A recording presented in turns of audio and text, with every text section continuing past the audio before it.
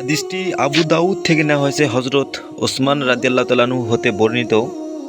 তিনি বলেন, যখন মহানবী সাল্লাল্লাহু আলাইহি ওয়াসাল্লাম মৃত ব্যক্তিকে দাফন করে অবসর হতেন, তখন সেখানে কিছুক্ষণ দাঁড়াতেন এবং উপস্থিত লোকদেরকে বলতেন, তোমরা তোমাদের ভাইয়ের জন্য ক্ষমা প্রার্থনা করো।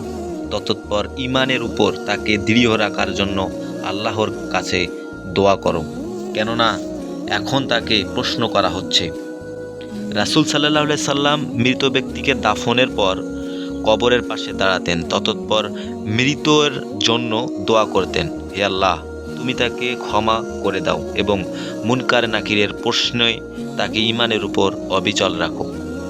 এতে স্পষ্টভাবে প্রমাণিত হয় যে দাফন কার্য সম্পূর্ণ হওয়ার পর কিছুক্ষণ কবরস্থানে অবস্থান করা সুন্নত।